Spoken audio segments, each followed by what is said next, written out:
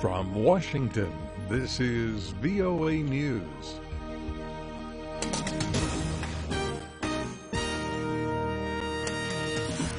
I'm David DeForest reporting NATO foreign ministers are holding year-end talks in Brussels.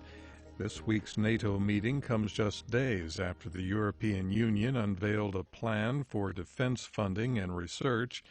A major item of discussion in this week's meeting is expected to be U.S. President-elect Donald Trump's approach to NATO. Trump's conflicting remarks about the Atlantic Alliance have fed European concerns. NATO Secretary-General Jens Stoltenberg says a strong NATO is in everyone's interest. Stability in Europe, peace in Europe is important for Europe, but it's also important for the United States. So I'm absolutely confident that also with the new administration, the U.S. will continue to stay committed to NATO. Jens Stoltenberg. The European Union's chief negotiator for Britain's exit from the bloc says an agreement must be in place by October 2018. Michel Barnier issued the timetable Tuesday in Brussels. He warned Britain they would not get a better deal as a non-EU member than they do now. German Chancellor Angela Merkel wants to ban the full-face veil worn by some Muslim women as a way to stop what she called parallel societies from developing in Germany. Ms. Merkel had just been elected Tuesday as chairwoman of her Christian Democratic Union Party when she said the burqa should be forbidden wherever legally possible. Those places would include schools, courts, and other public buildings. The Syrian government says it will reject any ceasefire agreement that allows rebels to stay in eastern Syria.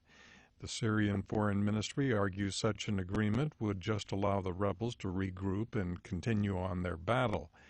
Syrian monitors say the death toll, meanwhile, from a Russian and Syrian air offensive that began late last month against rebel positions southwest of Aleppo has climbed past 300. This is VOA News. The United Nations is launching a 4-year crisis response plan for Lebanon. Lisa Schlein takes a look. The United Nations does not believe Lebanon is on the brink of collapse, but it warns there is a danger the country could implode if the Syrian refugee crisis is not well managed. Syrian refugees account for 30% of Lebanon's population. The UN humanitarian coordinator for Lebanon, Philippe Lazzarini, says it is critical that the international community continue its support for Lebanon and provide the funds needed to promote the crisis response plan. Lisa Schlein, Geneva. President-elect Donald Trump briefed the media Tuesday in the lobby of Trump Tower in New York City. He said he continues the vetting process for positions in his new administration. Trump says he wants to cancel an order for a new Air Force One, the plane on which the U.S. presidents fly. The planes initially cost about $3 billion, but he says the costs have been rising. President-elect Trump announced Tuesday the Japanese telecommunications company Softbank Group plans to invest $50 billion into the U.S. economy and add 50,000 jobs. A transition team spokesman says Trump sold all of his stock holdings in June. That move should ease some conflict of interest concerns. President Barack Obama said his administration's shift in the tactics of fighting terrorism from bearing the brunt of the battle to creating a multinational force that engages local governments should be credited for gains the United States has made against the Islamic State and al-Qaeda terrorist networks. In his final major speech on national security, he spoke of the success of the military campaign against the Islamic State group. In that campaign, we have now hit ISIL with over 16,000 airstrikes. We have equipped and trained tens of thousands of partners on the ground.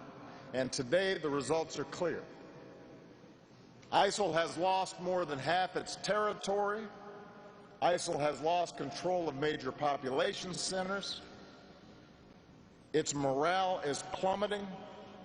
Its recruitment is drying up. Its commanders and external plotters are being taken out, and local populations are turning against it. Mr. Obama spoke at MacDill Air Force Base in Florida.